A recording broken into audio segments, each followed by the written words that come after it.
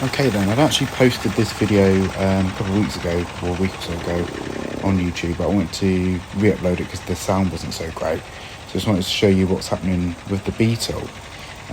So I started it up after fixing the fuel gauge and made some very unsavoury sounds, a bit like a tractor. Now, you know, I'm not too sure what's going on here. I don't know whether the engine just needs real good service at this point, whether it's because of the end float that it's basically knackered at this junction. I do have it booked in with VW Specialist sort of at the end of October, so I guess we're going to know for sure what we're in for with this car. And I did buy it with end float, so there's no surprises.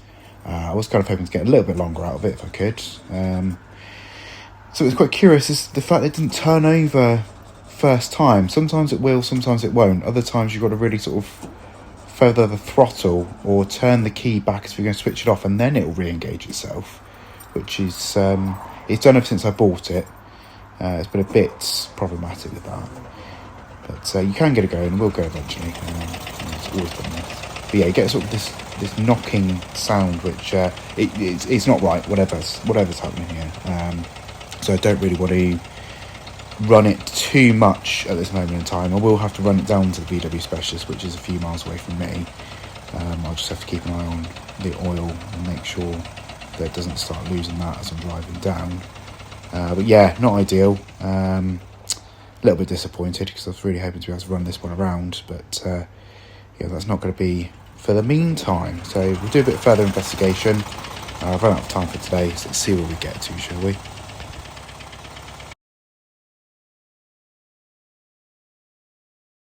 Been about a week and started the car up, and as you can hear, it's actually running quite well now, but we have a major oil leak coming from what looks like maybe the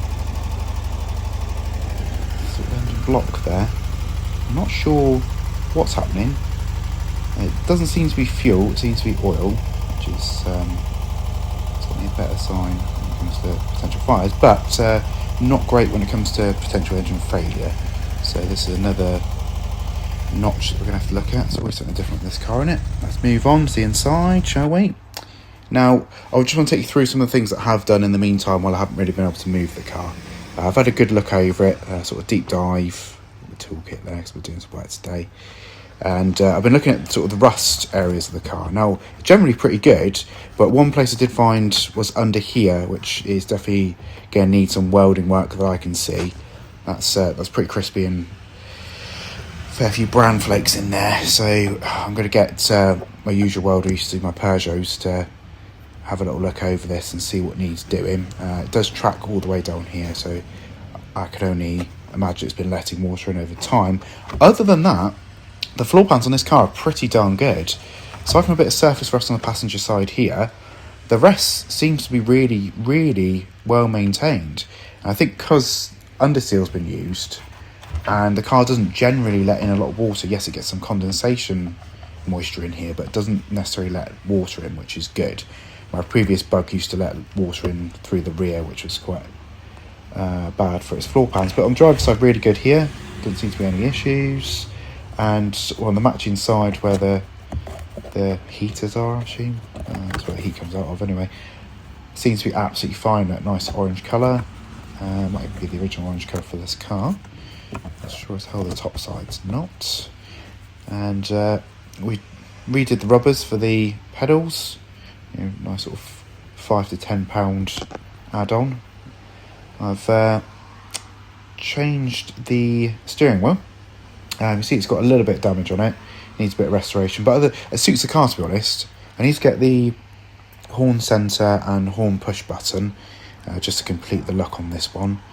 And get that fitted. One thing I will show you is I replaced the fuel gauge, and that has now re-engaged how much fuel we have left in the tank, which in this case isn't very much. But it's always good to know what you've got, because last time I had a Bug, it broke down because I didn't have a fuel gauge. I've got some stone guards to fit the rear where I can be bothered. I've done the front ones, and I've fixed the lights on the rear, which needed doing.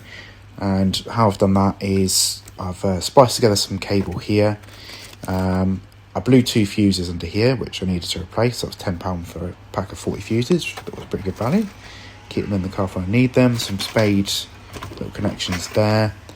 I've got some sort of light rubbers there which I hadn't fitted, and I bought some spark plugs that turned out to have the wrong tops on them. Mine actually have screw tops on them, and these are not the right ones for the car. But I did take the plugs out and clean them, and I put in some bulbs, dual filament ones for the brake lights and headlights, and now everything's working again. You do have to push the brakes really hard to get them to work, which I'll look into adjusting the brakes at some point. I've bled them, but I think need readjustment, so we'll look into that. But otherwise, the car is mobile again. I might run it around today and see how well it's running, and then we'll do a follow-up video and see what is what, shall we? But for now, there's not really anything else we can do. It's been a very rainy day, and I'm going to go in and get dry. So catch you later. Bye bye.